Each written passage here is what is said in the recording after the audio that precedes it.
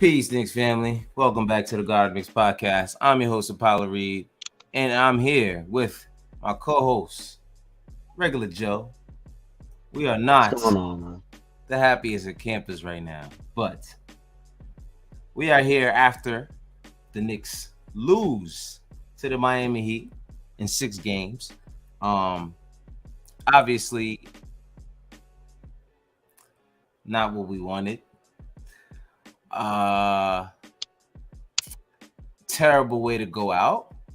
Considering the rest of the games we played, this might have been the worst one collectively as a unit. But yeah, man, just not the way we wanted to end the season. So on that note, the season is ended without a doubt. By the way, shout out to the chat. Everybody's here. I know Dante is here. Dante, shout out. He's so happy that we're in tears. That we're not happy right now. But Dante will be in timeout for the majority of the show. I am hearing the sling, by the way, if you can't tell. That hurt. I had surgery on Tuesday. That's why I haven't been on the past show or two. My boy came on to get his street cred tonight though. Yeah, I could actually deal with the pain now the past day. Actually, about that time after the show.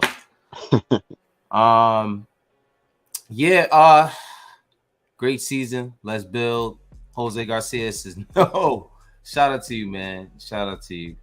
By the way, anybody who would like to come on and say a few words, let us know. We'll be here.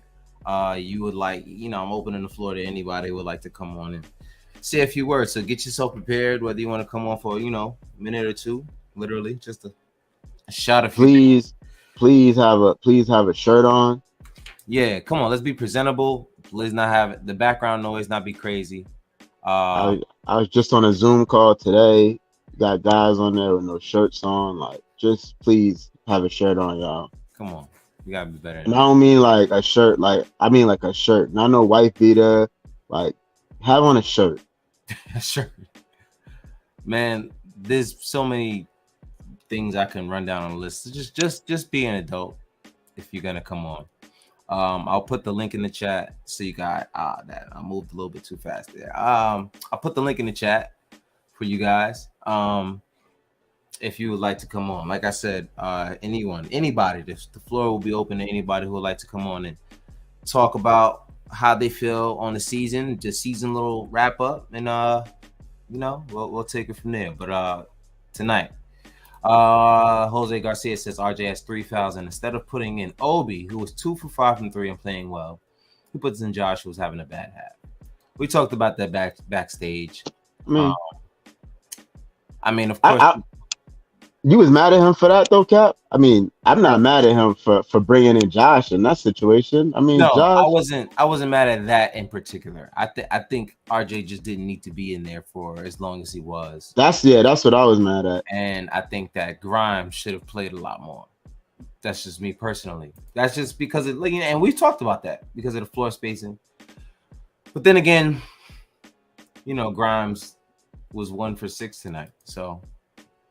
Hey, but like we talked about though, I don't care if he's 0 for 10. Like, as long as they're shooting him. Give your guys some space, man. Yeah. Like, this is what bothered me, right? So the last 2 games, he completely went away from the RJ Josh Hart lineup, right? And then in the fourth quarter of tonight's game, he goes to the RJ Josh Hart lineup. The lineup that was not working in this series at all. Right. Like, the lineup literally had no success in this series. Right. So why is that the lineup that you're starting and not just starting the fourth quarter with? Like, you played almost the whole quarter with that lineup when you literally broke that lineup up for the last 2 games because you knew that it didn't work. You knew it didn't work. You knew. See, but this is the problem. That is going to be something else that they're going to have to go look at when it comes, in terms of what works next year, because why should we have to break down our lineup so much just to win games in the playoffs? that means Well, that whatever lineup that we have there, there's something yeah. that's not working. But quickly got hurt. That was the real problem, if we're Well, I being mean, honest, right? in the bench, yeah, of course, for the bench unit. You know what I mean? But I mean, it's even with the starting unit, like staggering Grimes and Hart. Like we know why Grimes should be out there, but why it's so bad that Grimes not being in the starting lineup literally staggers our entire offense. One guy. I know, but that's what I'm saying though. If Quickly was healthy, Quickly would be the guy who the Heat would have to at least honor from three. But with Yeah. Quickly out of the lineup, we don't have that other shooter. Also, with Quickly out of the lineup, that puts more pressure on Brunson to handle the ball. It's just Quickly. I mean, even though Quickly didn't play well, like he still does a lot of other things for this team, and he was missed. Yeah, I guess I was more so referring to the starting lineup and how that affects, Yeah, and the fact that that's the two guys that we're probably gonna have to deal with going forward as the main twos. It's gonna either be Grimes or Josh Hart. Ralph says, shout out to you, Ralph. What's going on, man? My homie from high school, man. Shout out to you. That what's offense, good, Ralph? that offense was awful. No fluidity. Brunson played his heart out. Randall was non-existent. We'll get into that. I thought he was gonna get benched like in the Cavs series. All in all, we exceeded expectations. He was for a little while, but then Tibbs brought Randall back in, and his first attempt was a contested step back three. All night he settled. Like, oh boy. All night he settled, bro. Oh man. Jose Garcia says it's the last game. Put in who's playing well. Obi was one. There you go.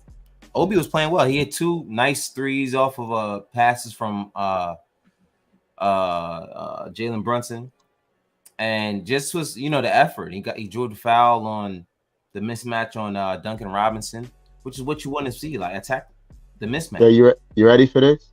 I just broke down I just looked at the shot chart. Mm-hmm. I broke down the filters. I just filtered Julius Randle. Mm-hmm. Julius took 3 shots in the paint tonight. He made 2. 3 shots in the paint tonight. He took 3 shots. Yep. 3 shots in the paint tonight. Do me a favor. Tell me how many shots he took overall. He took 14 shots overall. He made the 1 3 and the other 2 shots that I just talked about in the paint. So Julius Randle takes 11 shots altogether. That's all he took, was 11 shots tonight?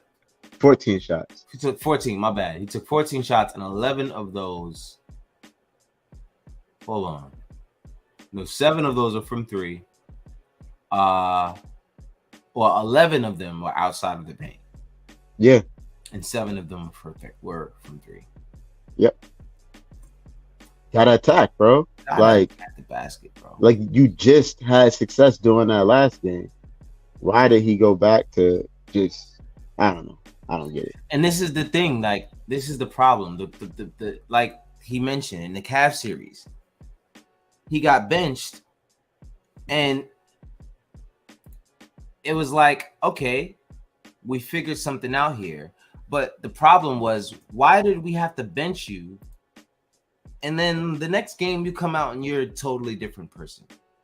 Like, what happened in here? You know what I'm saying? Like today, what happened where you're telling yourself, nah, I don't need to get to the basket. I'm going to take the game where he got sat in the Cavs series. The worst game that he had was the game where he was taking a whole bunch of step back contested threes over Evan Mobley. Why? Why did this have to happen?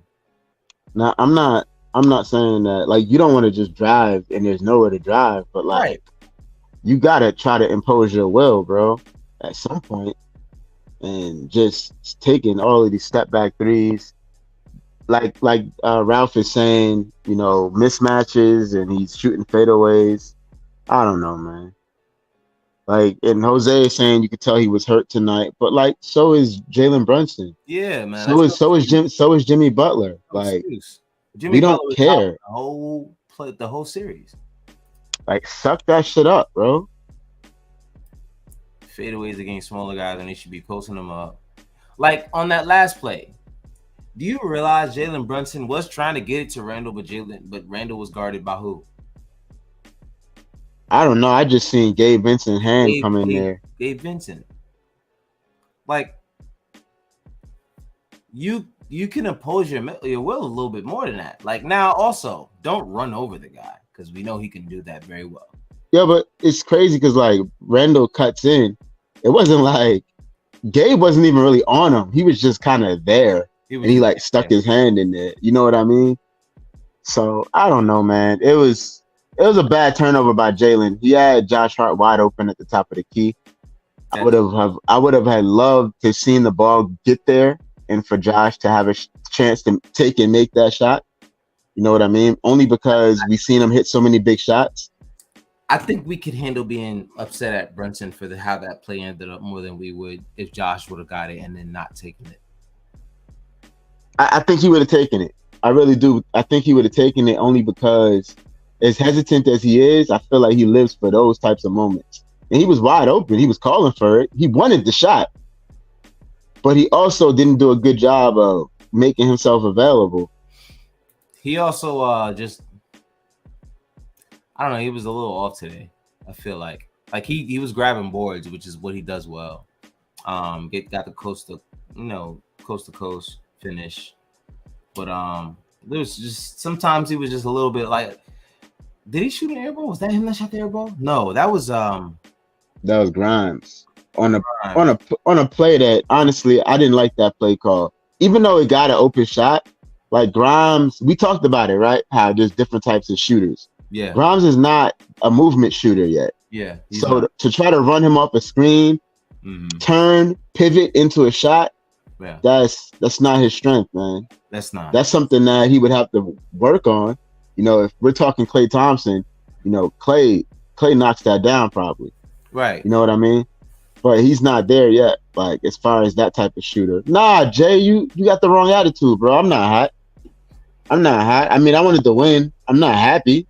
But I mean, listen, this team scratched and clawed all year. They scratched and clawed tonight. Like, I think you're mad now. I feel like when you sleep on it, you'll feel a lot better about everything that transpired this season, man. Like, this was a stepping stone. I'm gonna be honest.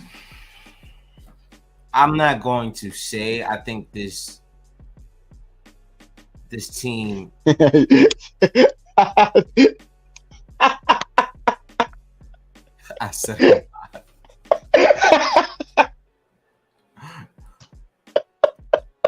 That's what he said. That's what he said. My man, he ain't trying to hear it, y'all. So I said I'm hot, bro. Listen, I forgot what I was gonna say just now, but I'm not gonna sit here and say, yo, Dobbs, if you want, I'll send you the link. You can jump on. Like I said, I'm opening the line to anybody in the chat who would like to come on today. I'm saying it early so that you can get pop in, bro. Get yourself ready. But listen, I'm a little bit. I don't know if I'm confident of what I'm seeing in Julius Randle and running it back with him, bro. Like I might be overreacting a little bit. Like I don't hate him. It's just he's the kind of guy that doesn't give effort on a lot of plays, and in order to win in this league, you need effort on a lot of plays. And I think that's all it comes down to. I don't think he's a bad player. I don't think he's trash. I don't think he's whack. I don't think he's not an all-star. I don't think he's this or that. I just think that in order to win in this league, you have to have 100% effort on almost every play on both sides of the floor when you're out there. Yeah, I don't care about the shot you take. Sometimes he has to take the dumbass shots he takes. Yeah. Jay said drop the link. I got him. Sometimes you got to take the dumbass shots you take. Like, you know what I mean? But me committing to Randall being my second best player, meaning that for almost 40 minutes a game, I got to trust that he's got to be out there and making the right play on both sides of the floor for almost 40 minutes every single game in the playoffs as well. Given what we've seen, he's not as productive in the playoffs as he is in the regular season. I'm a bit concerned about running it back with Julius Randle. I am. We overachieved. We did well, but I mean, if you're talking about going forward, what did I see this year? And I'm not saying he's the only thing that needs to change. I'm just getting started. But I think we've seen where Julius Randle can go, and in terms of not talent, but just the effort on both sides. If this coach can't get him to do it, who's a defensive coach, every play, like, and like I said, I don't even think it's an overreaction. I'm just literally looking at effort. I'm not looking at his talent, because the talent says otherwise, which is why we have to deal with him and pay him. But I don't know. That's just me. Maybe I'm over. It's just hard to believe that a guy who,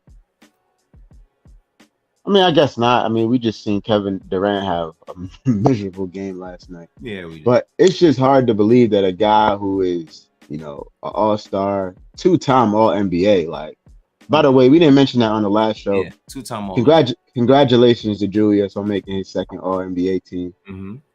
But it's just hard to believe that a guy who's, for second 2 years, 2 of the last 3 years, is a top 15 player in the league, could just play the way he played in the postseason, man. Like, the lowest field goal percentage ever of ever. That's scary. Yeah, it's just I don't have words. How often do I not have words, bro? I don't know, bro. I don't even know how to talk about this game, honestly. So let's talk about the things that. So we talked about the whole thing with the lineups, right? Like keeping Barrett out there for as long as he did, not having Grimes in the game when it was obvious that the offense just worked better when he was in there, because specifically for Brunson, right? Because Brunson just has more space, to do what Brunson does when Quentin Grimes is in there. I just didn't understand that decision by coach. I didn't understand him not staggering Randle and Brunson in the first half when we had that lead. I didn't understand. Honestly, I didn't understand. I would not have sat Brunson, honestly. At all. He'd have played. Just put it like that, bro. Like, I get it. Like, he just played 48 a couple days ago, but just do it. Those 3 minutes, like, the Heat completely took advantage of those 3 minutes, man. And shout out to them, man. Like, the guy sat down. As soon as he sat down, they got to work. We got my man, the Hat Whisperer, in the building. Shout out to you, Dobbs. How you doing, my brother? Hold your hands up. He's trying to throw them hands with time. I'm gonna hit you with the old school, bro. I don't want to hear you, please. About talking. Nah, this is your show right now. Go ahead. Go ahead, bro. I know how I feel about him. Listen, cool. Obi hits 2 3-pointers in a row. You take him out and put Randle back in. Why? Because Randle needs minutes. You've been doing this all season, and I've been complaining about this shit all season. You do that. You double team in Jimmy Butler like he Jordan. He was off tonight. Yeah. That I agree with. Double teaming him because you didn't double team him the whole game. He was missing 100%. shots. So 100%. for you to be the coach and have feel the game, he's off. His teammates are hitting. So you're gonna double team him to make the supporting cast do what they're doing, which makes no fucking sense. You can tell Randall and RJ was off today. Our season is on the line, bro. Forget their salaries, forget their contracts. We actually have people on the bench that can come in for them. Why did Grimes come in at the 2:20 mark in the fourth quarter, bro? That's what I just said. Why did he RJ in? He's not Jason Tatum. I know what Jason Tatum did the other night. He's not Jason Tatum. Randall's not Jason Tatum. We watched the whole season. If RJ's normally off throughout the game, he gonna be off. If Randall's off throughout most of the game, he's gonna be off. You did not read none of that. He's on a hot seat, bro. He's making up these. This is our problem. We hired Jeff Hornacek. We hired Fisher. All of this stupid shit. So now we got a coach in here, and because he gets us a little in here, it's like, oh, we scared to get somebody else because look at our history. That was the front office fault. Yeah. We should have never hired them people. There's actually coaches in the league. Atkins is there. Homeboy from Boston. Bud just got fired. There's people here. Randall. Boston dude's in. He going to the Rockets, so he's going. Let me say this. Randall. First off, let me say, JB, you're a superstar. JB's a superstar. I don't give a fuck what nobody say. He's a superstar. You had your chance, Randall and RJ, in this game to change the perception of everybody, and both of y'all fucking failed. Yep. Facts. The other reason I don't like Thibodeau is the relationship with him and Randall. Randall does not fear Thibodeau. That's why I don't like Thibodeau. Randall does whatever the fuck he wants, and he doesn't fear him. You need a coach in there that fears, that Randall fears, if we're going to keep Randall. There you go. But this is 2 seasons that we made it to the playoffs, and 2 seasons that you shit the bed in the playoffs. 2 seasons. I'm done with him. Thibodeau, I give him props. It's just something that I see with him that he does not connect. We got to play on 101 with Thibodeau every game to win a fucking game. That gets old, bro. You need a coach in here that knows how to see shit live in the game and have offensive sets that makes it easy for the team to make it fun. These motherfuckers be busting their ass every fucking play. That's just not gonna work in the playoffs, bro. You're gonna get burnt the fuck out. Yo, and this is what I was saying to one of my homeboys the other day. It's like Tibbs does a great job at having his guys fight and hustle and work, because that's how we got here. There's no way we would have got to game 6 without fighting and hustling. Right. You know what I'm saying? And you got to give him that. But at the end of the day, we don't get easy buckets at all. No. We do not get easy baskets. Only time we get easy baskets is when we push the tempo, which we don't do enough, by the way. Right. But we don't get, we work way too hard for our buckets, bro. Like, I'm watching the Miami Heat, and you got a bunch of guys who they've said it all series long. Half of these guys were not even drafted. Right. How do you get these guys to play this well on offense? And they were one of the worst offensive teams all year long. But bro, you want to know something though? They're not doing anything special, right? Like what the Heat did is they got a bunch of guys, right? A bunch of these undrafted guys, but the one thing they all have in common is that they can shoot the ball. Well, more than anything, I think from a coaching standpoint, he gets all of these guys to trust in swinging the basketball. Oh yeah, absolutely. There's no ISO. Like, I don't care who is on the floor at whatever given time. Not one of those guys chooses to take the shot over the offense, which is to swing the ball around. Right. And that is how you win. And he gets them to play to their strengths. They might not be stars, but he knows the players that Spoelstra picks, he knows what they're good at. He knows what they're bad at, and he hides what they're bad at. Right. Just like I mentioned to you the other day, Joe. Were you on this? Yeah, who's Hayward Heisman? Nobody's heard of him until the playoffs. This coach knows how to make guys play good whenever he needs them to, bro. He can pick a guy out of his 15-man roster whenever the hell he wants, and he'll come in and make an impact. And Cat. So what do we talk about with the Knicks, right? The key to the Knicks, the key for the Knicks to win is the possession battle, right? Mm-hmm.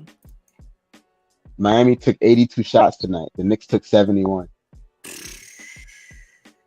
That's it right there. That's it, bro. That's it. Yeah, when you see, and sadly, we only lost by 4 points. Yeah, that's because we hit more threes and we got to the line. Right. And made more free throws. But yeah, bro, like the possession battle, man. Crazy because you guys are 5 for 32 outside of Brunson. Yeah, the possession battle is how the Knicks have won all year long, right? They've offensive rebounded and they've taken care of the ball. Tonight, they took care of the ball for the most part. Only 12 turnovers, which is not crazy. Mm-hmm. And Miami only scored 5 points off those turnovers. But Miami only turned it over 7 times. They made me whip out the Henny White, man. I think the biggest difference tonight, if we going back to my point in the offense, is just 25 assists to 13 assists. You're not gonna win like that, man. No. You're not gonna win without passing the ball, bro. This ISO ball is not gonna win. It's just not gonna win, bro. I don't care if you got Kevin Durant and Devin Booker. It's not gonna win. It's not gonna win if you're not swinging that ball around to everybody. So, I think that needs to be a focal point. I mean, more than let's get Julius Randle out of here, because I ain't gonna front. I'm almost there, bro. Because like I said, it's the effort that he's showing me on both ends. It's not about the offense. It's so inconsistent. It's too inconsistent. You just don't know. You don't know from game to game, from possession to possession. You just don't know what's gonna happen. You don't know how he's feeling. You don't know. You don't know if he's gonna pursue a loose ball or watch it. Literally watch it. You just don't know, bro. And I don't know, man. It's hard to watch, bro. It's hard to imagine, right? Getting to where I think this team ultimately wants to get to. It's hard to imagine doing it with him playing like that. You know what I mean? Yeah. Because in the playoffs, these guys are selling out, bro. Kyle Lowry is selling out every play. You know what I mean? Yeah. So it's I don't know how you expect to win at this level. And this is the Knicks at some point, right? In the next 2 or 3 years, I would think that the plan is to win at this level, really win at this level, right? This year it was oh wow, we really got this far. But the next few years, I'm thinking that they're looking to build on this. And can you build on this with this dude who just is kind of a inconsistent malcontent? You know what I mean? And I've been championing him all year. You know what I mean? You know I have, bro. Yeah. I've been the one guy that's been championing Julius all year, but it's I see certain stuff and it's just certain shit that I can't defend, man. And he should be championed during the regular season. He's different in the playoffs. And that's what we gotta focus on. Yeah. He crumbles, bro. He crumbles. Yo, he crumbles more than RJ.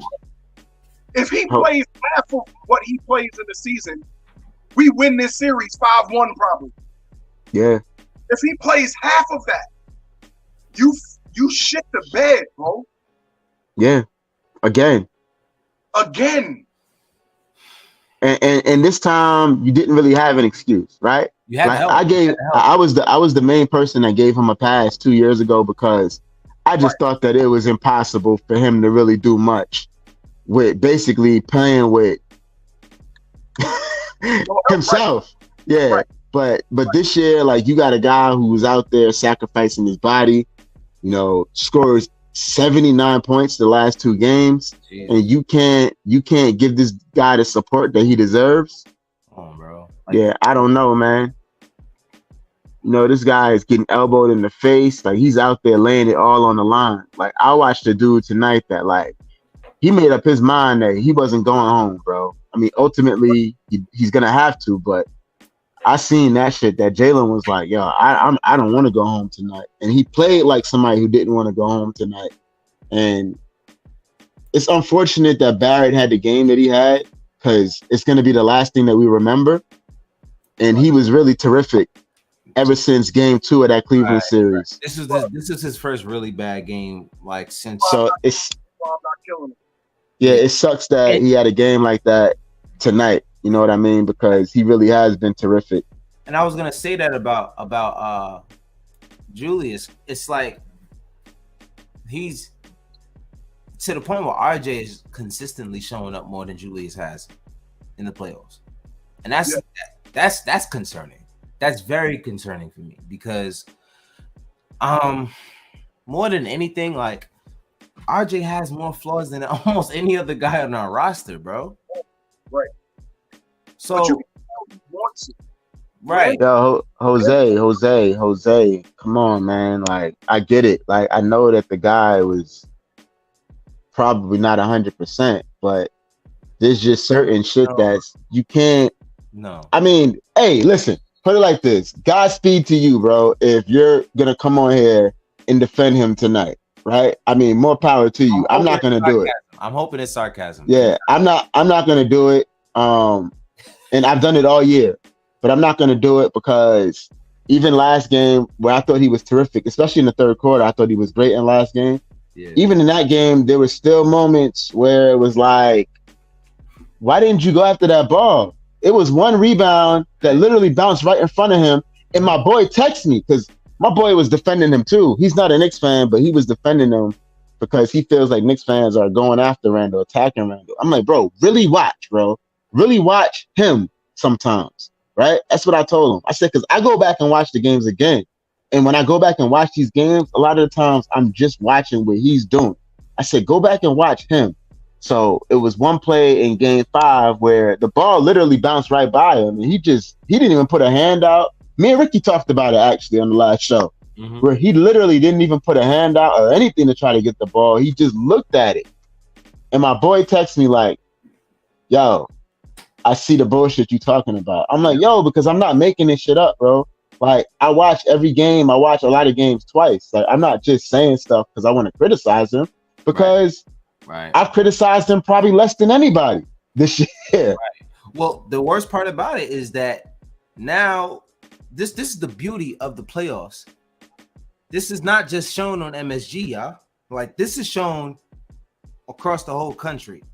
Everybody who watches basketball as a basketball fanatic, because you know basketball fanatics watch basketball in the playoffs. That's when the basketball fanatics are watching basketball. Now we're getting to see you on a national platform every game, on a game-by-game basis. We don't get to see or hear about it on ESPN when you have your 25-10 games and your 40-20. You know what I mean? Like, we're watching you game by game. And we're seeing you shit the bed game by game, bro. Like, there's no excuse for that. Like, the same thing happened last year. I mean, the last time we were in the playoffs. Julius is there, and what happens? He struggles to, which is odd because we still see it. I saw it tonight. You're still struggling with getting the ball out of a double team before the double team gets there and traps you. How many turnovers did Julius have in that exact same situation tonight? He had 3 turnovers tonight. I don't know how many of them came in that situation, but I know he had 3. It was at least 2 because I watched them. Bro. It's like, why wait till the double gets there? And this is the part of the ball movement. If that was Jimmy Butler, that ball would have been on the other side of the court and touched 3 people by then.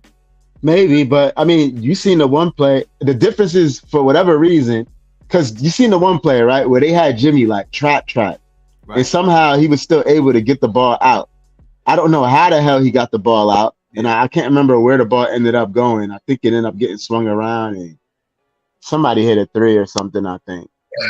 But yeah, there was like that play. Jimmy held the ball way too long. He did. But somehow he manages to get the ball out. But and I'm looking at he has the IQ to be in that situation and make something out of it though. Because like, we see get trapped there and then not know what the fuck to do with the ball. But I also think it has to do with like oftentimes the way teams double Julius, because usually they'll have somebody who's like, I guess you could call a mismatch on him. And then they bring a big over to double him. It's harder to pass the ball when, Bam's got his arms up. Whereas Jimmy had two guards on him, Jimmy was just able to throw the ball right over the top. Like if Mitch was on that double team, Jimmy would not have been able to throw the ball where he threw it. Bro, he sees the doubles coming every time. Like they're there already. And then, you know what? Let me see if I'm tripping. I'm gonna just look real quick. Let me say, so homeboy with the Randall is hurt shit. Game 5, somebody went down. I think it was Brunson. Who was coming down, missed the layup, and I think Martin had fouled him. Julius was running behind, and they hit Julius with the pass right before they fell down, but the foul was called. Mm-hmm. Julius jumped from the dotted off of 2 and flow. I ain't never seen him dunk like that before in my life. Y'all know what I'm talking about? Did y'all see that play? I didn't. If it was after the whistle, so I probably wasn't looking or focusing. And leaped from right behind the dotted off of 2 and just glided easily. And bang, I don't want to hear that, Hurts. I don't want to hear that. A person not jumping from behind the dotted, dunking the ball. All right, so 3 of those turnovers that he had, one of them was a double, so I was wrong on that. But I'm gonna show you 2 of them. The other one was the one, I don't know if they counted, if they put it on him or JB, the one he threw off JB's head. Yes, that was the first one. The second one is this one where but Brunson should have caught that pass, by the way. He should have caught that. The second one is this one where I mentioned to you before, Mitch's hands suck. And I'm starting to realize it. Yeah, and that's so you know what? He really had one terrible turnover, which was the one in the fourth quarter, which he always does, right? You expect one terrible Randall turnover. This was the terrible one right here. Now, hold on. Wait a second. There's 2 guys open here. Wait a second. There's 3 guys open here. 3 guys, but 2 guys like right in front of the basket. 2 guys right in front of him, and 1 guy here. He's trying to get the ball to Hart in the corner. Get it to Hart, right. Now, how long do you think Bam knew that Hart was in that corner? Bam probably knew the whole time that Hart was in that corner. I mean, there's somebody's in the corner. Like if you play enough basketball, there's somebody posted up there. Someone's in the corner, yeah. On the weak, yeah. There's always somebody on the weak side in the corner. It's, you know what I mean? Like, listen, bro. We could sit here all day and point out little shit like that. Julius Randle alone is not the reason why we lost this game. But my point is the effort on both ends of the floor, night to night. That's it. I don't know how a front office can commit to how much longer, because this is year 4 now, right? Yeah. This is year 4. Yeah. Year 4. Yeah. Year 4. How much? What is going to change? So, and Jose Garcia, I see what you said about Tibbs. Listen, Tibbs didn't coach his best game at all tonight. Me and you said that backstage. We said it at the top of the show. Tibbs did not coach his best game. It was a few things that I thought were questionable. Right. But I mean, like I didn't like. We talked about not staggering Brunson and Randall in the first half. Mm-hmm. We talked about even sitting Brunson at all. I wouldn't have sat him at all. No. I'm being honest with you. No. Like the guy would have had to play another 48 tonight. Yeah, that's me. That's me personally. And I'm shocked that it's crazy though. But So the devil's advocate to that is like, you're looking, Tibbs is probably looking like, I can't sit this man 3 minutes. Like 3 minutes and a 14-point lead is gone. Right. You know what I mean? So it's just like, you trust RJ to supposed to be the guy to facilitate things. The problem is RJ is out there with who? Apollo? Who is RJ out there with that he should not have been out there with? Go ahead, say it. Josh Hart. Josh Hart. You literally, Coach, I don't know if you noticed, Jay. Coach literally broke those two guys up. Games 5 and 4. Like, they didn't play 1 minute together, Hart and Barrett, in games 4 and 5. You want to know why? Because it wasn't fucking working. Why would he go back to it tonight is beyond me, bro. It is. And what do we do to start the fourth quarter with those two guys out there? We didn't make a field goal until 6 minutes left in the fourth quarter. Like, yo. It doesn't surprise me, though. That's what I be saying. Like, I be mad, but it don't surprise me. I expect him to do stupid shit like this. You want to know why it surprises me, though? This is why it surprises me. Because this is a dude who is so, he's so, like, adverse to change, right?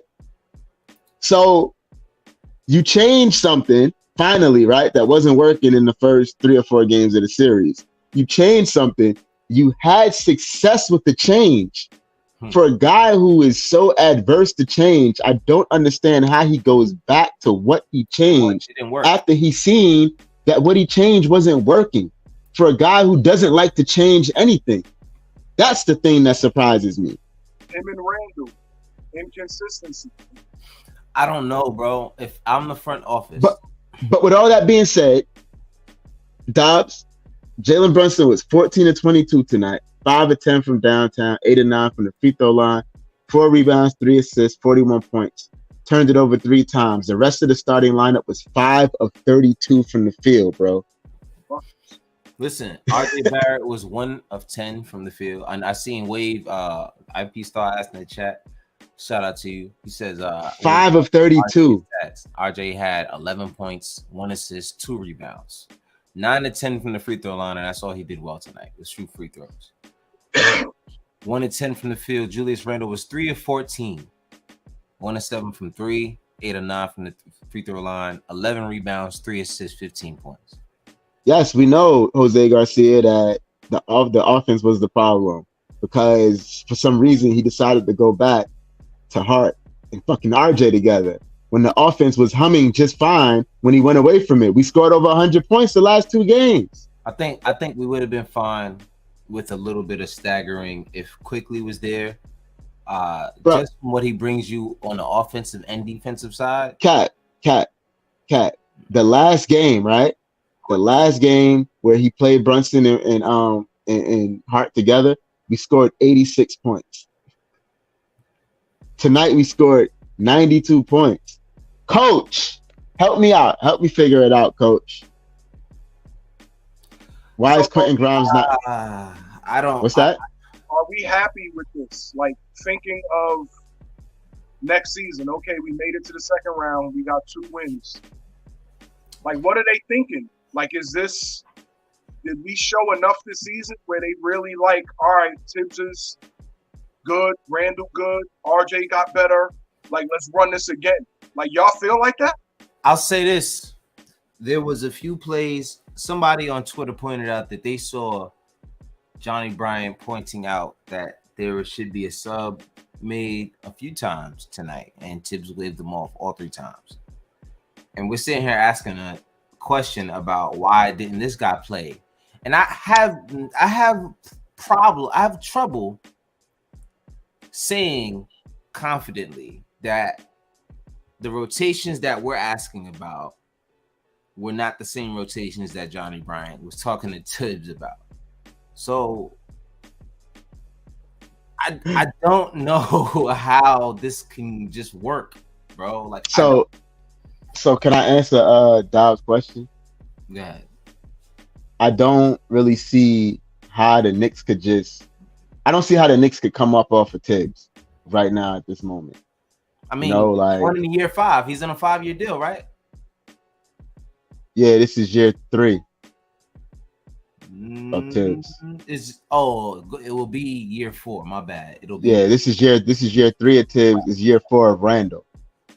No, I mean going into the offseason, it'll be his 4th year. Yeah, it'll be his 4th year. Next season will be his 4th year. Mm-hmm. Yeah, I don't see how you get rid of him, and like really, I don't see how you get rid of him and talk about it. I don't see how you get rid of him and talk about why you got rid of him. You know what I mean? That'd be very hard.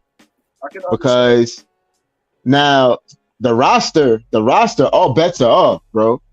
Like anybody could get it if the right deal come along. I don't think Julius is safe. I think the only person that's safe is Jalen Brunson. I say this. I think, and maybe Quentin Grimes, because I think the Knicks really like Grimes.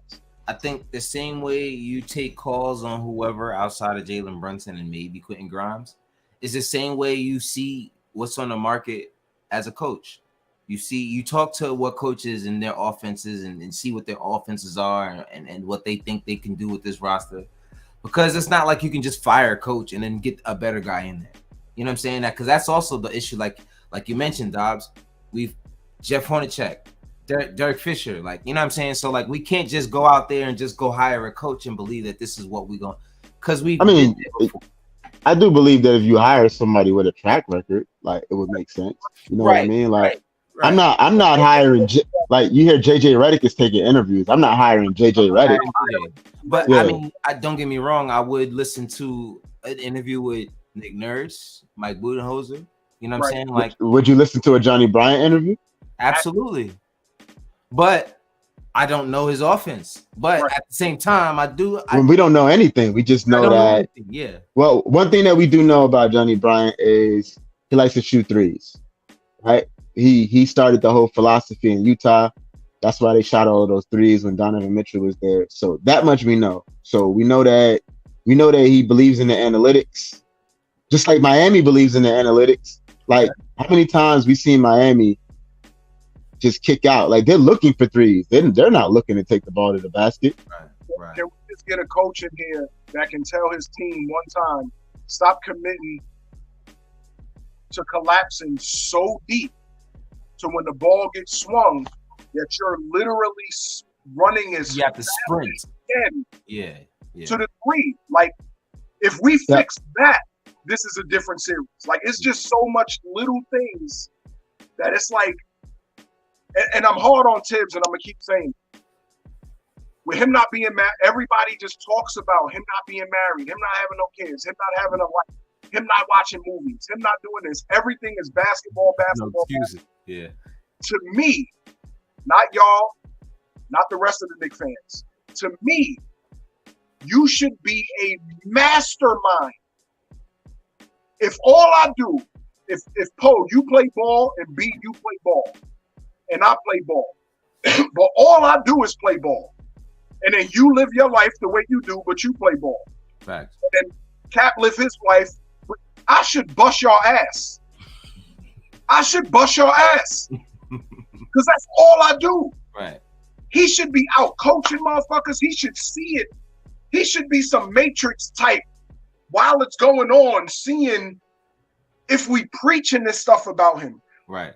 Now, if you're not preaching this stuff about him and he's doing these things, okay, I get it. Coaches mess up. Coaches might not see this.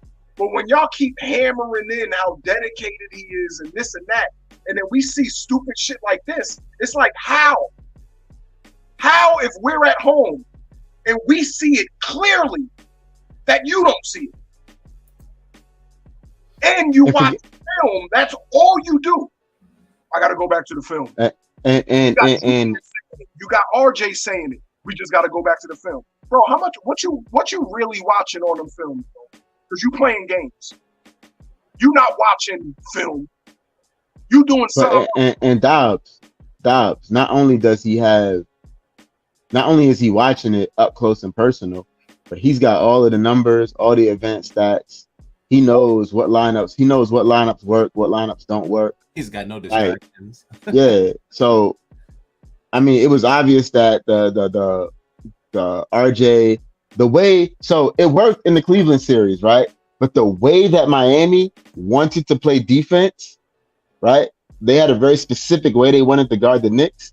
And that lineup with RJ and Hart played right into the way that they wanted to play defense. I mean, it bothered me that they were out there together for so long after not playing at all, bro, together in the last 2 games. I don't get it. Let me say this, though, B, with that Cleveland series. It wasn't just the defense, bro. They was getting wide open shots. They could not hit a bucket. The way we played Cleveland and the way Cleveland shot is the way we shot versus Miami. That was by design, though. But we got open shots and just could not hit anything. Yeah, but because you want to know why, though, bro? You play basketball, bro. I feel like the hardest shots to make are like the shots where like the defense just decides not to guard you. You know what I mean? Like, I think it's a little bit easier when there's a guy closing out on you. You can't think about it. You just got to go into your shot and get rid of it. But when guys are just, we was getting those shots too. Like there was a few shots with Josh Hart. Like they literally just like Josh Hart was open and they just turned around to box out the rebound. Like they didn't even care. Yeah. See, and then that was the thing. Like I forgot my point just now because I saw what Jose said. Jose Garcia said Julius Randle and RJ is slow. The zone killed them.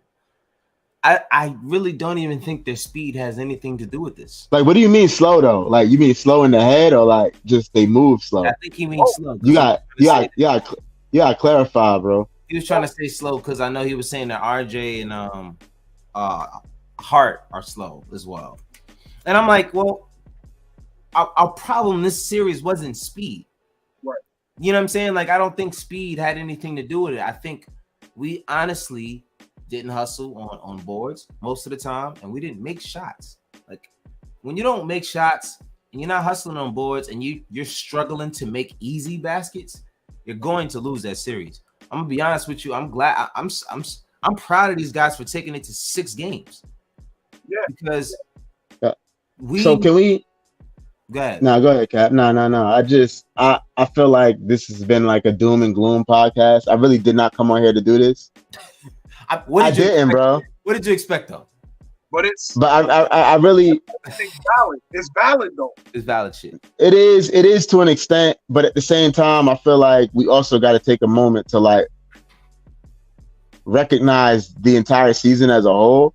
Right. Like I don't want to end the show on the note that we're on right now. Like that's not fair. That's not fair to the Knicks, bro. Facts. That's facts. I mean, right now. No, but this is what I'm saying. Like it's the end of the year, and it's we okay. We obviously, let's look at it like this. At the beginning of this year, what did we really think we had in Jalen Brunson? And I'm honestly, I don't care how much B tells you. B is Joe, by the way, everybody. I don't care how many times or how much B tells me that he wanted Jalen Brunson here. He didn't think that this was the Jalen Brunson that we were going to get. No one could really tell you that this is the Jalen Brunson. Now, is B surprised? No, he's not. So I would say this. I thought that we were getting a guy who could be like potentially an all-star point guard, right? That was what I thought. I did not think that we were getting a borderline like a legitimate, like, say the word, bro, like a legitimate superstar, bro. Yo, like I think we can honestly start saying that word when it comes to Jalen Brunson. And feel perfectly okay with it. Yeah. Like if we're struggling, because you got to think about it. We're having these conversations. Now, I do have my definitions. To me, a guy like Booker is a borderline superstar. Even Jason Tatum is a borderline superstar to me. Like I still feel like he's got to prove a little bit more to me, and as a winner and taking it on himself and putting a book bag on to be that superstar. Now, Jalen Brunson has proven to me all year long that he can be that kind of guy. I don't know, bro. Like we got IP Star, we don't care what that nigga's saying, man. Oh yeah. I'm good. We don't care what he's saying because that dude be all over the place. He don't know if he love the Knicks, if he hate the Knicks. Like, I don't got time for all that shit, bro. Stephen A had a problem because he heard that RJ Barrett and a few other guys didn't like that he. Because my thing is that look, like, listen, bro, like none of these guys are gonna want to hear you talking negatively about them on national television and then claim to be a freaking fan. Because what the fuck are you talking about? Right. Is the problem though? Like, okay, they lost a playoff game. Like, you're a Knicks fan, bro. Like, all right, hold on, bro. We are Knicks fans, right? Let's just be clear. Yes. We are Knicks fans. We are not San Antonio Spurs fans. We are not, I don't know, Golden State Warriors fans. We are Knicks fans. Yep. Right? And the Knicks just got to the second round of the playoffs. The Knicks just won a total of 53 games this year, if you count the playoffs in the regular season. Like, the Knicks just did all of this shit in a year where people said that they were going to win 37 games. The Knicks did that, bro. Mm-hmm. So I can't possibly, as frustrated as I am that this season is over because I never wanted it to end, I can't get on a soapbox and just rip this team to shreds like Stephen A does, bro. I can't bring myself. Julius, listen, we Julius had his time on this show. Like, we already talked about him. Julius, we dug in his ass about all of the negative things about him. We also gave him a shout out for being, all NBA for the second time. He's only the second Knick in the century, in this century, to make all NBA twice. So hats off to him with that. But yeah, he wasn't good tonight, and he wasn't good in the postseason. Like, we already know that. But listen, bro. The Knicks had a hell of a year. I just want to acknowledge that shit was fucking magical. I could say that I probably enjoyed this season more than any other season ever as a Knicks fan. Like, I don't think I ever had this much fun. For multiple reasons, though. Not just the season itself, but I got to do this show this year, right? So that was another thing. Yeah, so that was part of it. But, like, yeah, man, like, I don't know. To me, this was the most fun I ever had as a Knicks fan. Like, 40-40 2 weeks ago was one of the best nights. That was one of the best nights of my life, yo. That was like, I mean that shit, like, wholeheartedly. That was one of the best nights of my entire life. Like, the atmosphere, the energy was crazy. Like, it's a beautiful time to be a Knicks fan, and I don't want to end this show on a sour note. I just want to acknowledge that, like, a hell of a season. We should clap it up for them. Or I clap by myself. It's all good. I know you can't clap. You got a broken wing. You can tap the table. Yeah, bro. I got you. I'm over here using the mouse on my left hand and shit. We were watching the game. I was watching the game on the couch with my wife, and like shit is happening. I'm clapping. She's like, "How the hell are you even clapping right now?" I'm like, I don't know. I'll feel it later. Like, fuck it. Like, I'm sitting here like, oh, let's go. Like, my shit. Yeah, my man clapping on them perks. I tell you, boy. I'm about to get crazy after this show so I can feel better, boy. Oh, he clapping on them perks, bro. Boy, I'm telling you. CIA, of course. Shout out to you, CIA. He said Brunson, the undisputed heavyweight slapbox champ. Facts. All facts. All facts. They were so good this season. The hope they gave us that we could make it to the Eastern Conference shows how good that they were this year. I think that's why I'm so. That's why it's disappointing. That's why it was so much, because it wasn't like for us. Maybe the rest of the league we snuck in, but for us watching them all season, you're like, yo, like they really good.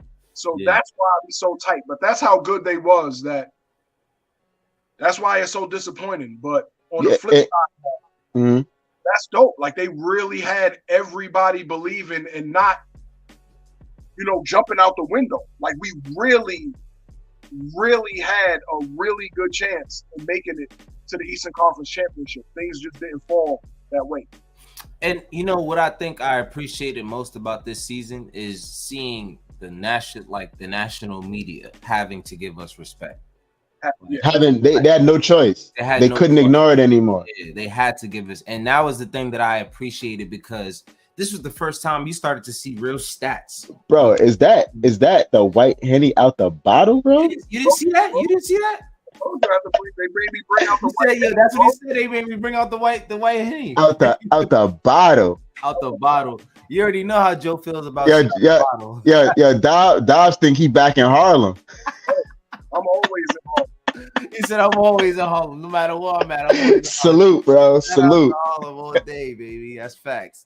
Shout out to the chat. You said, of course, IP Star go try to come at me. He said, Kappa low key Golden State fan. Come on, man. Like, stop it. That's my other team. I shout out to Golden State. That's the team I want to win tonight. Matter of fact, are they winning right now? What you talk about? So I did you like the scary movie, nigga? Oh, Yeah, wait, he definitely did. Real quick, who y'all going for in the ball? Take my strong hand. Who we going for, where? Philly series. In the Philly series? Ooh. I want Embiid to win. Now I want the Sixers to take it. See, I want Boston to win, so Embiid to get pissed off and want to trade.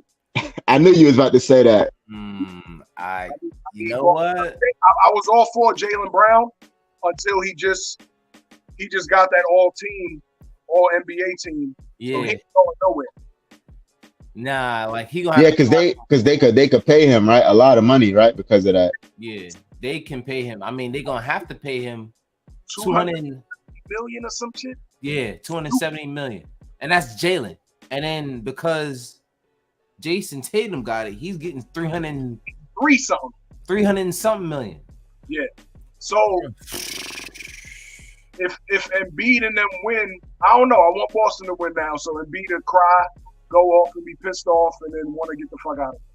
Damn, I don't know, bro. I don't know. Yo, man, it's just tell Embiid take that drive. You know what I mean? Up the turnpike. We here.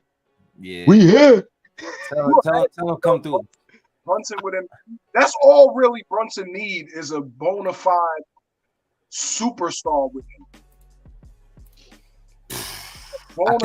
I think what this is, and I'm gonna say this.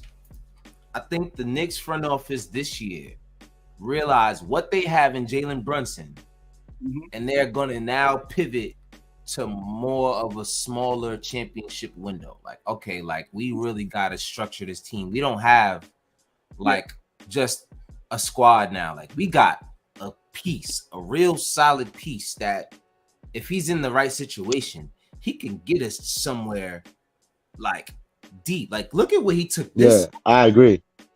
Look at where he took this squad. He's just look at where he point guard. He's a floor general. Yo, not just that, Cap. Not only did he take us to the point that he took us, he dragged this team through this entire fucking game tonight. Yo, this series, this game, this series, yo. He dragged 14 motherfuckers tonight through 45 minutes tonight. Yep. made one crucial mistake at the end. Yeah. Made one crucial mistake at the end. Like, don't get me wrong. I was talking to a few people before the game. They said he would like to see Jalen Brunson give the ball up every now and then. I'm like, yeah, I agree, but not tonight. Yeah, I'm good with, like, not that I'm okay with him being a selfish basketball player, but if I'm looking around, especially looking around tonight, bro, RJ's 1 for 10, Julius 3 for 12, 3 for 14. I'm keeping a lot of that, bro. Like there's some nights where he goes out there and there's nothing, nobody can give him nothing. Right. And that's a coach on the floor. How I was saying, Thibodeau needs to feel it. Brunson, as the point guard that he is, he can tell that nobody had it. Why the fuck am I passing it to y'all? Right. I'm kind of on right now, and y'all are off. Let me see what I can do. Yep. Yeah, let me ask y'all this though. So on that play, right, where he turned it over, Like he caught Jimmy sleeping on that play. He blew by Jimmy. Yeah. Do you not just wish he shot the pull up, Yes, yo? absolutely. Twice. He had 2 times. He had 2 times to shoot that shot. I really wish he just took the pull up jumper, man. He had Like, 2 times. oh, I couldn't believe. One of them was off the right foot, and the other one was off the pivot. And I was like, damn. And I can't believe he drove that deep, bro. Like, oh, he had it was so much room for the pull up, bro. Yeah. You know he's gonna watch that play on tape and just that shit's but I was telling Jay, I was telling Cap that it was so appropriate that the season ended that way, right? Like, because that essentially ended the season, that turnover. It was so appropriate that it ended that way. Like, it just seemed like it would end in some way in his hands, right? Whether it was going to be something good or something bad. Like, because he was doing everything in his power to keep us in that game. It just seemed like there was no other way the season could have ended except for in Jalen Brunson's hands. And that heartbreak that's just gonna push him this summer, yeah. I was about to say, the fact that happened to him and his mentality, bro, he gonna come back a demon. Yo, and this is exactly 100%. This is exactly what I'm talking about right here. Hold on, you know what? I'm gonna go ahead and put it on the screen. I don't know how he could get any better though, but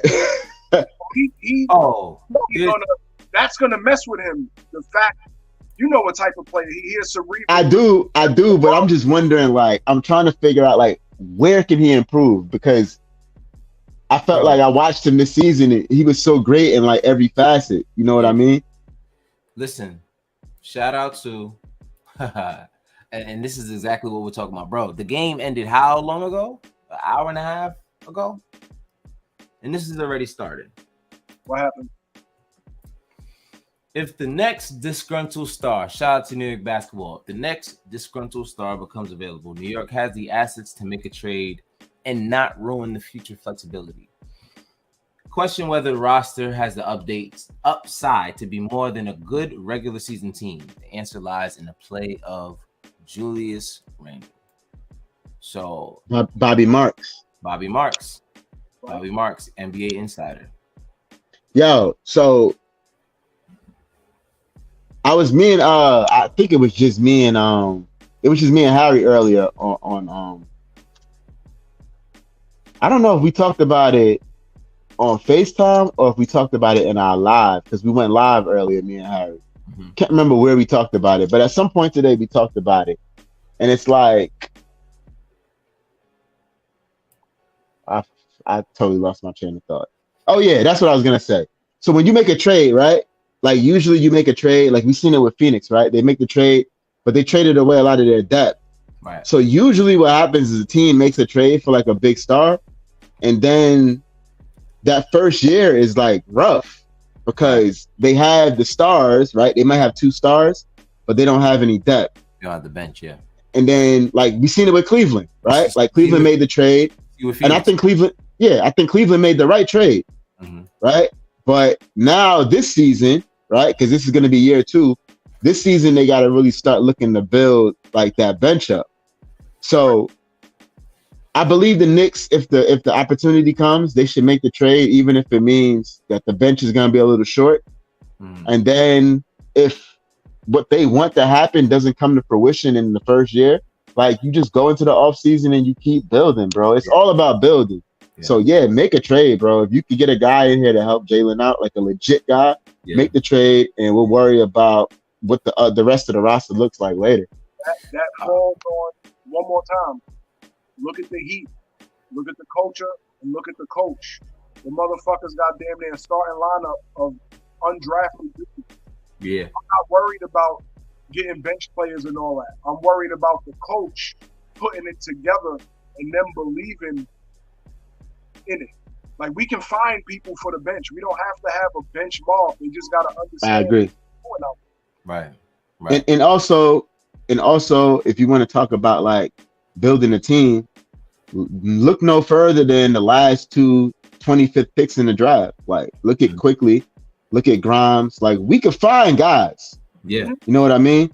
Like I feel pretty confident about that. Like you find those guys in back-to-back years in the draft with the 25th pick, the six-man runner-up, and a shooting guard who just played 48 minutes the other night and gave you everything that he had.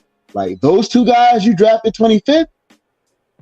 So yeah, I feel good about if we make a trade and if we still have some draft capital and we end up having like one pick in the first round in like the coming years, that we could find a guy, even if it's late in the first round, because it's proven that we could find a guy.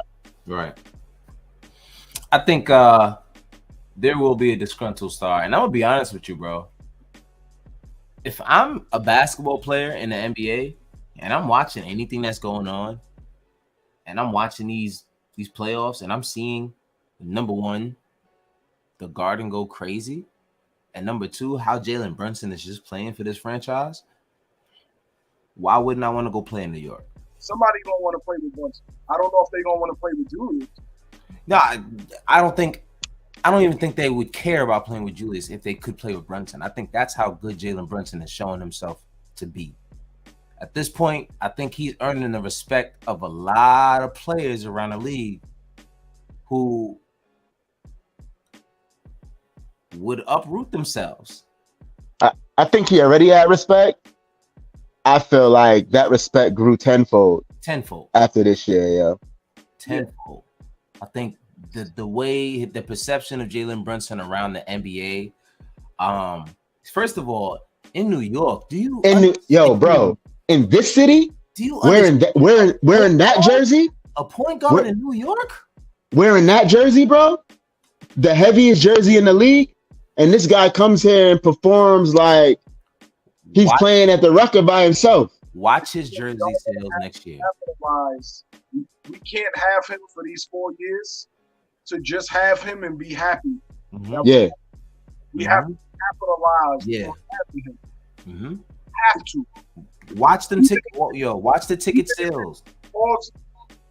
Even if it's, making a risky, you're going to have to pull it. You got to do it, yeah. You got to do it. Now you do it. This is when you do it because you have a guy who can still drag a team through a mistake you've made. You know what I'm saying? Like, you got a guy who, if you make a trade and you trade RJ and Julius and you get back a dud, at least you're still making the playoffs. You know what I'm saying? Like, we messed up. Yeah, but I don't think if you trade those two guys, I mean, who's the dud you're getting back? You got to be getting back. I'm just saying I don't know if Brunson can fear playoffs by himself.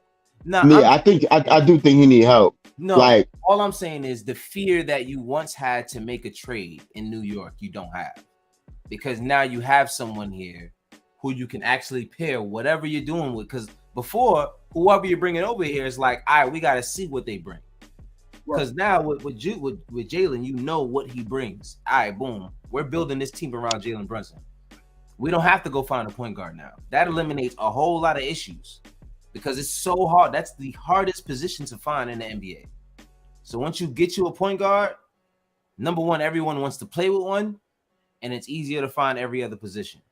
So I think it's right now, the league is yours. If I'm Leon Rose, Worldwide West, a lot of these other guys, I'm looking at the pieces right here. You got roster continuity. You got draft assets. You got young players.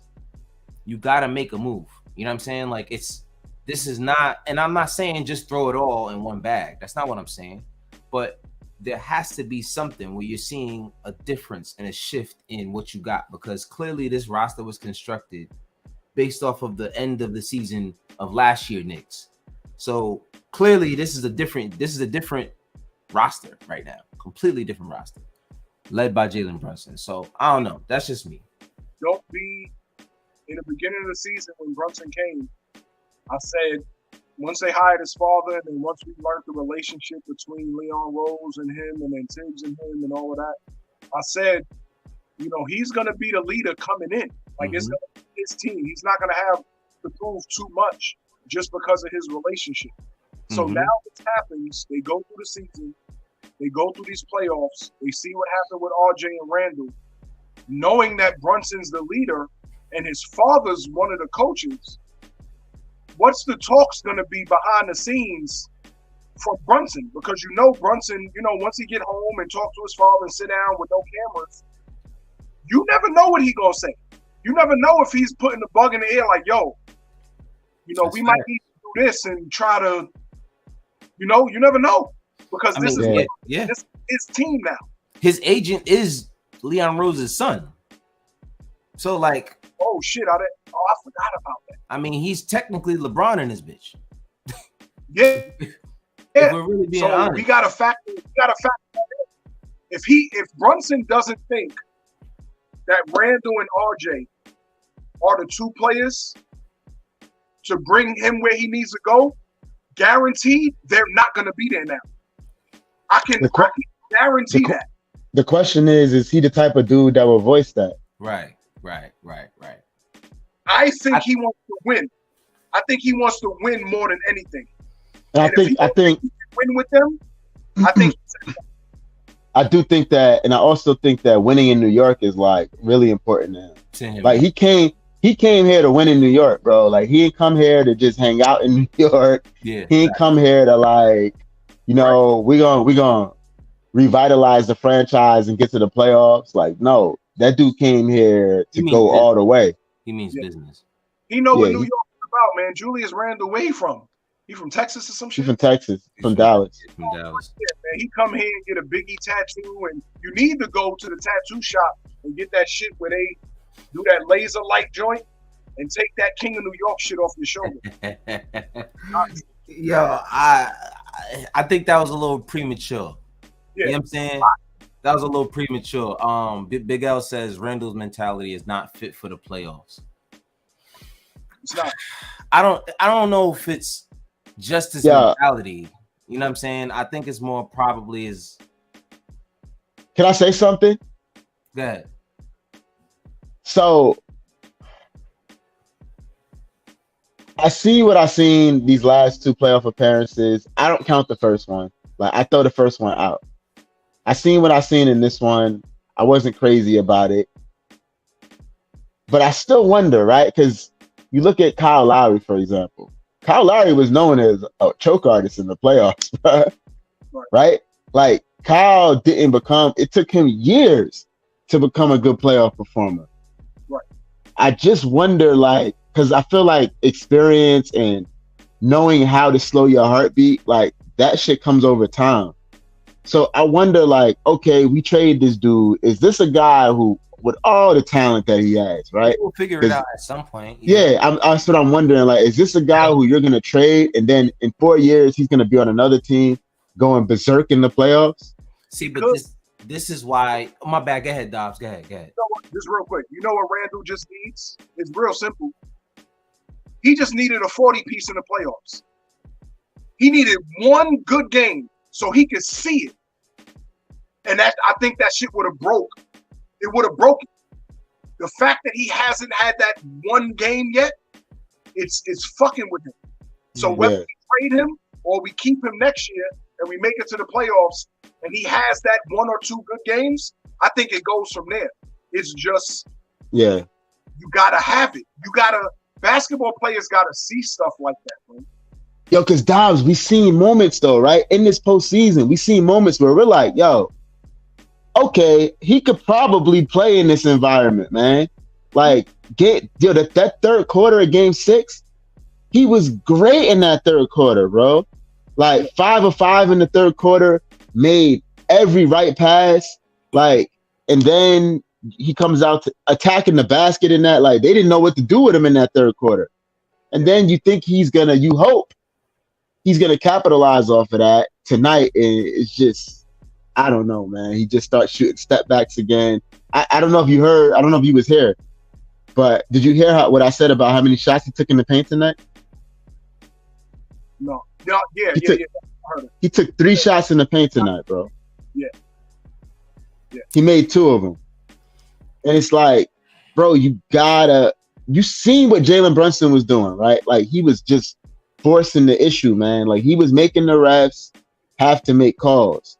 And I'm like, yo, you gotta just get in there, bro. Like, you can't, like, your jumper's not falling, bro. the one criticism I have of Brunson, just me personally, I want him to be more vocal on the floor. I know he is smooth, quiet dude. He's more of a let me show if something's going wrong. I'm gonna let me show you y'all what to do.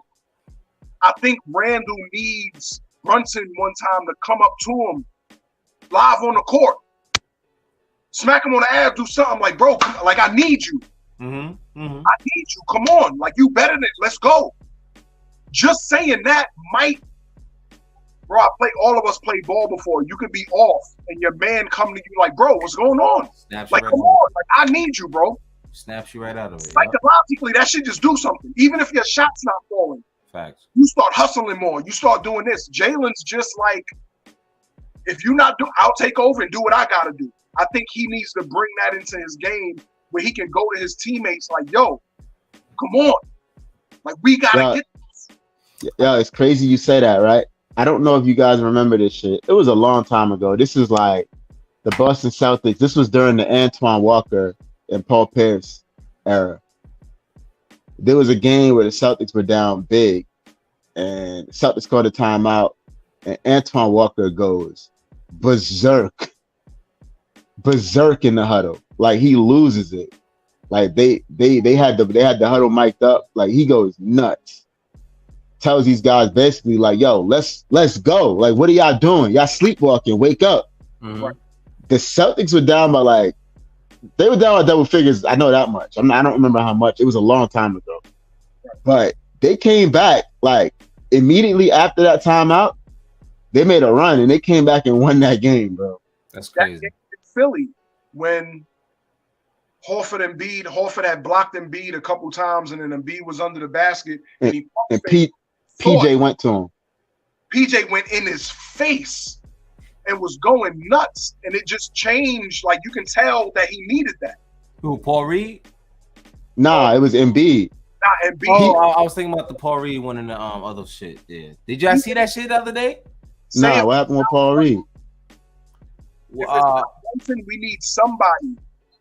We need somebody on this team that can come in and say that anybody on the team. Those guys are rare, bro. Yeah. Those guys are rare. Those guys are rare. I was gonna say,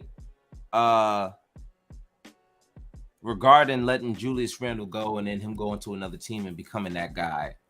That's why, to me, I would go out there and see if the coach can help that. Like, I can't go into another whole year. Like, I don't know, unless you completely run it back. I can't go the first. Man, Jose Garcia, if I got to hear you talk about Randall's ankle one more time. Yeah, give it up, bro. Like, stop. Like, we not trying to hear it, bro. Like, yo, go. Two bad ankles. Brunson had two bad ankles. Yeah, man. We don't care, bro. Stop. So I don't know, man. That's just me. What was I saying? Damn. My bad. I didn't mean to cut you off, but like, I keep seeing this shit pop up in the chat, and it's honestly driving me crazy. Yeah. I'm just saying, I don't know if I could actually just run it back with both Tibbs and Julius Randle. Like, I don't know if Tibbs can convince Julius Randle to play the way we need him to play in the playoffs. You know what I'm saying? Like, I don't know. I don't know if Tibbs can convince Julius, and I don't know if Julius is the guy that Tibbs can convince. So it's like, I don't know if they're a match made in heaven. We got to figure something out there. Like, it's not that I want to completely get rid of Tibbs, or I completely want to get rid of Randle, but I just don't know how it works with these two together. I've seen Tibbs get a reaction out of everybody else except for Randle. I guess the question is, how do you get rid of a guy who is now, like I said, the second Knick this century, bro, to make 2 All-NBA teams? How do you get rid of that guy? And if you get rid of him, like, who are you replacing him with? You know what I mean? But listen, like, sometimes it's not about getting rid of a guy because you don't like it. Sometimes it's just you making the right move for the franchise. It's just like, but who's replacing that production though? See, but that's the thing. There's no, like, just a guy. because if it's just the replacing that guy, it's like Right. you kind of like it's not a plug and play league. You know what I'm saying? It's not like we could just go get a different guy and just swap him for Julius. It's not that kind of thing. To me, it's more like, all right, what can we get for Julius, and can that team work? You know what I'm saying? And that's how you have to look through the packages. You got to look through whatever. Every phone call you get is what is your offer?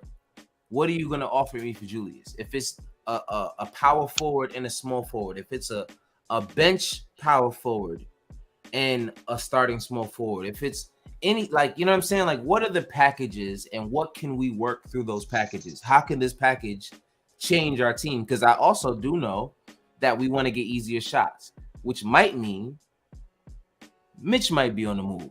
If not to another team, then maybe to the bench. You know what I'm saying? Like, if you want to change how the offense looks for this team, it just depends on what the franchise wants to do. You know what I'm saying? Not that any of these guys are bad, but if you're looking at a trade package for Julius, you got to consider all things, because you're not just going to get a swap, like a one-man swap. Right. Yeah, you know what? So Jose said, what All-Star wants to play for Tibbs? I feel like a lot of the Tibbs stuff, like, and players not wanting to play for him, I feel like that's more his reputation preceding him. Yeah. I feel like if you got a guy in here, like, and they were actually in the locker room every day and they were playing for Tibbs, they'd be like, oh, this shit is bad. It's not that bad. Like, it's not like back in the day, right? Back in the day, they used to talk about his practices, how his practices are hard and all that shit. Tibbs don't practice his guys like that no more. No. And it's not like if you're a superstar, you would probably love playing for Tibbs. Right. Yeah. If you're playing a superstar, then you're probably not gonna like that shit. The thing about Tibbs that a lot of stars love is he doesn't make them run his own offense. He lets them run whatever the fuck they want to run. That's the good and bad of Tibbs, is that he lets you run whatever offense you want. So that's why stars love him. That's why they love them on the Olympic coaching shit. Like, he's the USA team. Like, they love him there because he understands the importance of having a star and putting the ball in the star's hands. So he does understand that. Yeah. I will say that about him. So stars love Tibbs for that reason, but that doesn't always mean that you're going to win with that kind of coach. You know what I'm saying? Like, you might need a coach who will take the ball out of your hand a little bit. Like, let's be real. Like, one thing about Tibbs, he's gonna feed whoever the big dogs are. They will be fed. They're gonna get the ball. Let me ask you something real quick. If Golden, and I know this probably wouldn't happen, but you trade Julius Randle to Golden State for Wiggins and Poole? Yes. Would you be? That could work. That could work. I would do that because it fills a position that we need, right? With as far as like a big wing with Wiggins, and you get another guy off the bench that's just dynamite to go with quickly and Hart. Like, that's serious bench, yo. You probably if you do that, you probably plug Jordan Poole into the starting shooting guard. That could work too. With Brunson. Even though I don't know if it's just Julius going out in this trade because it's all like hypothetical, but like I still like Grimes in the starting lineup just because he don't need the ball. You know what I mean? And I think the appeal of Quickly and Poole playing off each other in the backcourt off the bench, like, that shit's sexy to me, bro. I mentioned that because there's little trades like that where we don't have to go for Giannis or something like that. We just gotta go for But who's your starting power forward then? Is Obi your starting power forward? Wiggins. You could put Wiggins there if you want. You play Wiggins at the 4? Yep. Play a small 4, or you could put Obi. See, what I like about that trade is that's a nice one. I think what I like about that trade is it gives Obi more minutes by still keeping him on the bench. You know what I'm saying? Like, he doesn't have to be a starter. Exactly. He's not playing behind a guy that's playing 35 minutes a night. He's not playing behind basically your best player. So now he can play 20, 25 minutes per night and give you good production in that time. You know what I'm saying? And then at the same time, Wiggins isn't going to require you to play him 30 to 40 minutes a game. You know, sometimes depending on the game, Wiggins might, Wiggins might be on the bench. you're on the bench. You know what I'm saying? So I don't mind that at all. I don't mind that at all. That's not a crazy trade, dog. It's not at all. Like, we thinking of stars, but you could trade Julius and For get role players, yeah. kind of lower players, but they might just fit better with us. Yeah, absolutely. Absolutely. I mean, look at the team we lost. Look at the team we lost to. Right. You know what I'm saying? Like, Right. it wasn't a bunch of stars over there killing us. So Right. you don't necessarily need, it's just what you, like I said, once that phone rings, what is the deal? Talk to me. What you got? Let's see what you got. All right. I like that. I'll be in touch. Let's see what this other guy got. You know what I mean? Because you never know what you can get. Now that you have your guaranteed point guard, and at this point, you have every other position that you would need. You literally have every other position. So you can listen to whatever's trade you want. You know what I'm saying? Like, you can listen to whatever trade you want and just to see what fits right with your point guard. That really gives us incredible guard play, though, that trade. Mm-hmm. Yes, it does. Boy, man. I mean, I think we would have to move quickly in that trade somehow. I don't think we can keep everything. Like, we really got to be honest with that. If we were able to, though, like, I'll tell you, Tibbs will have some fun. Of course. Tibbs will have some fun. I actually feel bad for Tibbs trying to figure out who to close games. See, but I don't know, man. Let's just keep an eye on this Johnny Bryant situation. That's all I'll say. Let's just keep an eye on the Johnny Bryant situation. So I do think Johnny is lurking. Yes. Just put it like that. But I also think that Tibbs has earned enough equity that they wouldn't just fire him. Like, he's been. Who looks bad right now more than anybody is Julius. Because if Julius played the way he should have played, right? Tibbs. Yeah, we win this series. Talk about Tibbs. Yeah, I mean, Tibbs looks like a genius. If he played like the all NBA guy he is. So if it's between Tibbs and Randall, I think the front office is more looking at Randall like, yo, this is the second time in the playoffs. Yeah. So we'll see. But, shout out to the Knicks, man. Shout out to Brunson. Big bully Brunson.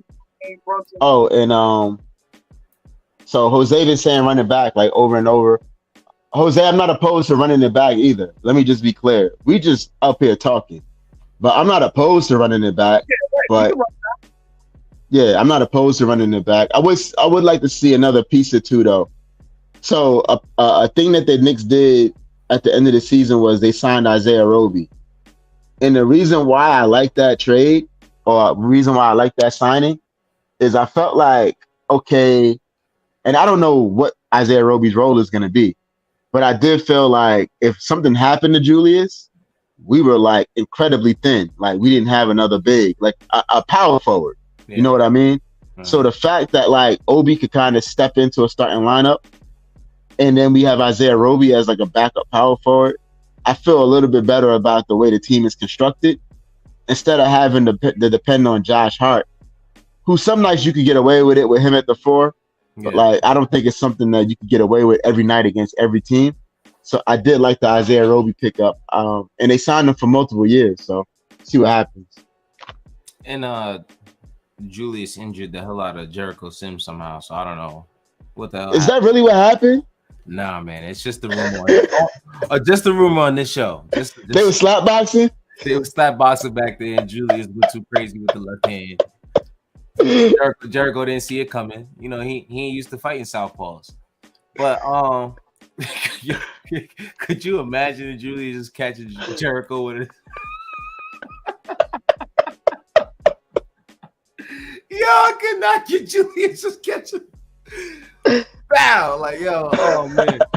So listen, man, as you can tell, we've reached the point in the show where we can start to ease off and have a good weekend. We don't have games to look forward to. We got a long summer. We got a lot to talk about. We got a lot. Listen, yo, Dobbs, bro, appreciate you jumping on, man. I like this, bro. What's up? Well, come on, man. I'm with it, man. We can use you on here, man. Come on. My work schedule crazy, but whenever I can get in, I definitely get in. Just let me know, man. Just let me know. Just let me know. I'm open to it all. You see how he said, you know they would slap.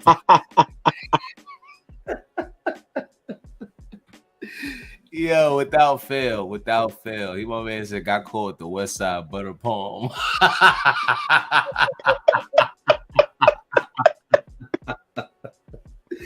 Yo, that's crazy. Yo, what is wrong with this dude? Yo, CIA is crazy, man. CIA is definitely crazy. But yeah, man, listen, shout out to everybody. Shout out to all of y'all on the show. Shout out to the fans, everybody that's just been through this with us on this whole process, this whole run. I like the chat, y'all always here keeping us going. I don't know what the summer's gonna look like. But I'm sure there will be plenty of trade scenarios that we can come up with and talk about, and just let fly on here. This wonderful last season, man. Shout out to you, Joe, for coming on. Like Wave said, great addition. He tells me all the time, like Joe's a great addition to the show. So appreciate you, my Appreciate it, man. Appreciate it. Thank you. Real talk, man. This was a great year, for multiple reasons. CIA says tips pay for free OnlyFans. How you pay for free OnlyFans? Yo, CIA is crazy. Yo, we gotta see if we can make the Knicks first game. See if we can come up with something. I wanna do it. I want to do the season opener, yo. Hopefully, I'm in a position to do it. I wasn't this year. I wasn't last year. The last 3 years been a little crazy for me, but yeah, hopefully next year I'm in a position to do that, man. Because I would love it. Yeah, I guess 40 because we'll see. Yeah, 40 was crazy, so I could only imagine opening night at the Garden. Listen, let's just wait till the schedule comes out, and I'm down, man. Especially for the home opener. I think for sure, like the home opener has to be like we got to be there. We got to be there. Yeah. If we could get a whole section somehow, we definitely got to be there because it's been a long time coming, man. It's been a long time coming, trying to get everybody together. If this is the energy that's gonna be like, if we're gonna get to see Jalen Brunson for the foreseeable future in the Garden, sign me up. You know what I'm saying? Ivan, of course, I'm down for that. Shout out to the whole TFE crew. That's been rocking with us as well. Shout out to y'all. But yeah, man, I'm down for it. I'm down for it all. I think we should definitely set something up. And anyone who's in the chat, anybody else who wants to come along, shout out to y'all. Jump on with us. Let's make it all happen. But any final word? Anything? Any final words from you guys? I know you got signed up. I don't want to. We in a good vibe, so I'm gonna keep good vibes, man. So, man. I love you. So you mind if I do the honors, bro? Close this thing out. Yes, sir. Do your thing. So I just wanted to thank you and Ricky and Dre for allowing me to do this. Mm-hmm. Like, so if anybody who's listening, y'all don't know, they brought me on like pretty much the beginning of the year, January. So growing up, I didn't really have like none of my friends are Knicks fans. So like coming into this entire community with the frozen envelope and now Guard Up Knicks, you know what I mean? And meeting you guys and you guys becoming like my family, like that shit really does. I'm trying to get through this without fucking getting emotional, but that shit really means a lot to me. Cause like I said, I didn't have anybody to talk Knicks with. Like it was just me. I was the only Knicks fan I knew. So like this shit has opened up like a whole new world for me, man. So there's very few things that I love more than I love this team. Like I've loved this team for 29 years now. And I'm just happy that I get to do this. So thank you, Cap. I really do appreciate it. Of course, bro. Of course, man. And listen, I wouldn't have asked nobody else who wasn't passionate about this basketball team to be part of it, bro. Cause and thank you for letting me be loud. Thank you for letting me be obnoxious. Thank you for Thank you for getting out of my way, even though I get in y'all way. Nah, bro. That's why I asked Like, you to be on here, man. That's it. like, thank you for just letting me be like authentically myself, man. That shit means the world to me, man. I appreciate it. Of course, man. You already know. You already know, man. That with everything. Now, Honestly, chop this up and throw it on the ground. Throw it on the ground, yeah. You gotta show the love. Make sure everybody knows the love that goes on in the Knicks community, because everybody want to talk about the negative shit. You know what I mean? All the time. That's really all you want to get out here. But that's it. What you got? You got anything to say, Dubs? Nah, man. I just appreciate y'all, man. I appreciate the Knicks. I appreciate what they gave us this year. Like this was exciting, man. And it was real. Brunson, I've always wanted a real point guard with some sauce in the garden. He gave us that. Yeah, you've been begging for a while, bro. I'm a point guard person, man. But you from New York? That's it. Next season on Guard Up Knicks, man, you're gonna have a wild card square up there, and I'm gonna be on there. That's it. That's what I'm talking about. That's I like that, man. I like that. I'm talking about, man. You know me. I'm a firecracker. I'll do something different. Listen, bring it on, bro. Actually, that's part of it. There. Huh? I said y'all can have a little box with a window so I can jump out the window all the time. Yeah, because one thing I'm gonna tell y'all, Dom's gonna jump out the window one way or another. You don't know if it's gonna be negative or positive, but he's jumping. Just leave that window open. You never know. No parachute.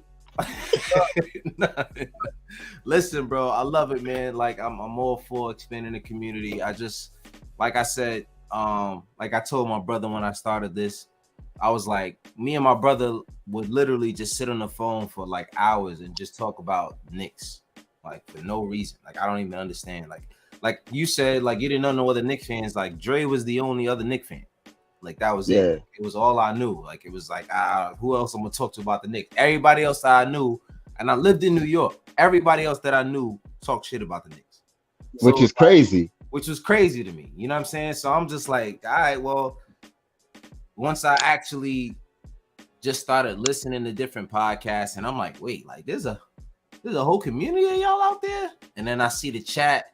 And then I see everybody come in, and I look on Twitter, and I'm like, yo, like even these people yelling in the streets after a win that put us down 3-2, you know what I mean, in a series, like I didn't know these honestly before the frozen envelope and like meeting like all of you guys. I didn't even know that this existed, yo. I didn't know it existed. I did like not. There are people out there as crazy as me. Yes. Crazier than me. Crazier, bro. Like do you know how wild? That's mind blowing to me, bro. We're the ones with sense. That's the crazy shit. We're the ones with some sense. That's the scariest shit. So like you know what I mean? Like shout out to all of y'all, bro. Like real talk. Like I said, even in TFE, when we jump on the group chat and we just talk, sometimes like I'll be in. You know me, I'll be at work. Like I'll be under the sink and I'll be just having a regular conversation. We're not even talking about basketball half the time. Right, yeah. Like we just vibing. Like it's a brotherhood. You know what I'm saying? And that's what I love. Just like when I watched second to last game at the Garden when Melo was there and John Starks and Stoudemire. You know what I'm saying? And you got all of the legends. Tim Thomas. I'm like, this is a family, bro. Like it's not like we just come here to play ball and then that's it. Like this shit was real. And this series and just watching the emotions of the Garden and with Jalen Brunson and even how passionate they were, like even for RJ. Like RJ didn't have a great last game, but shout out to him for feeling like he even said it at the end of the game. Like I played terrible. Like he knows. RJ is not the kind of guy you gotta like figure it out. Like he knows. So these guys all feel it. Like this was real. And this, to me, is big because it's just the beginning. And it's wild because we didn't even know it was starting. Like, it wasn't like we signed KD and Kyrie in the offseason so we could sit here and say, this is where we gonna go. Like, nah, like we we signed somebody and we was a lot of the fan base was upset about it, and then just like, all right, we'll just sit and wait on it.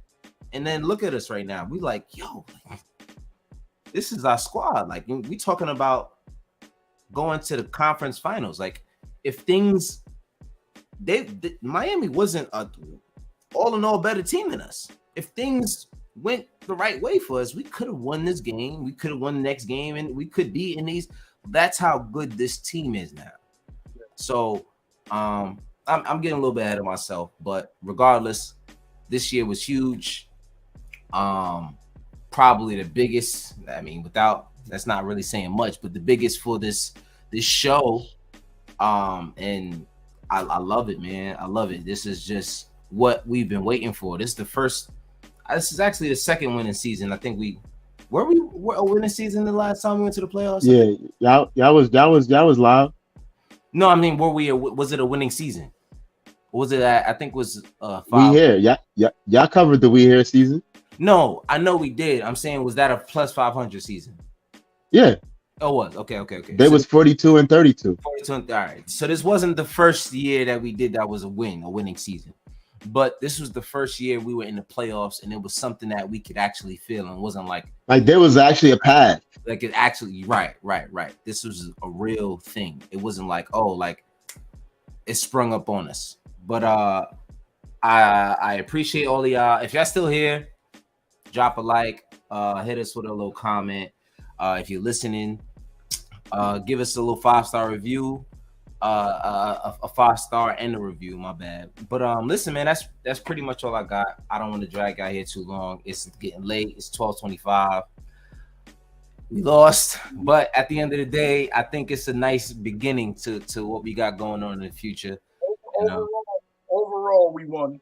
Yeah, overall, definitely, 100%, without a doubt. Because we all said, I didn't think I would be able to get Dobbs to say that tonight. I thought he would have to sleep on it. I'm on here with y'all, so y'all don't like it. It's the funny part. Y'all see me now. When you get off here tomorrow, go to the group. Right after the game, I did a live in the group. You went crazy, huh? No, I went berserk. And I started off with saying B, like, don't say nothing to me, let me go on. So y'all got right. But salute, man. Salute. My man came in the chat. He was like, I'm hot. I was like, come on, bro. He was like, nah, I'm hot. I'm hot.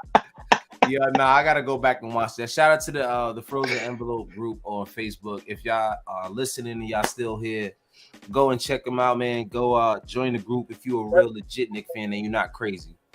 Because you will not be accepted. You'll be able to tell off the application if you ain't somebody legit.